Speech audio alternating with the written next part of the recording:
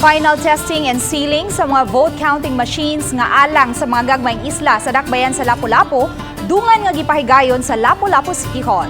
Aniya ang report. Alas 9 ganihang buntag, nangabot ang 39 ka mga vote counting machine sa Lapu-Lapu City Hall o gipahimutang sa lobby diin nagpaabot ang mga sakop sa electoral board. May mga PNP personnel usab nga gipakatap.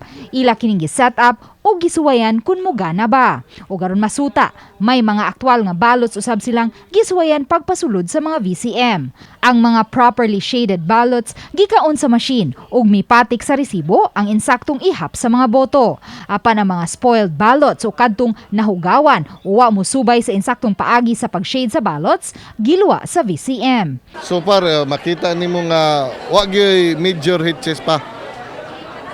So far, wa pa may reported. Kita man ninyo yung tan-aw diri nga so far wa pa kayo.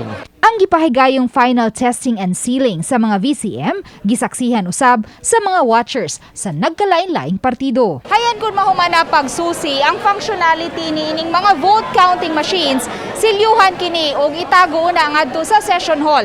Ug pagkamayo 8, dadu na kini ngadto sa mga isla. Samtang sa mga eskwelahan na, gipahigayon ang final testing and sealing alang sa mga VCM sa mainland Lapu-Lapu. Ang Lapu-Lapu City adunay 339 ka mga clustered precincts. Uban ni Marlon Melgazo, Luan Marondina, Balitang Bisdak.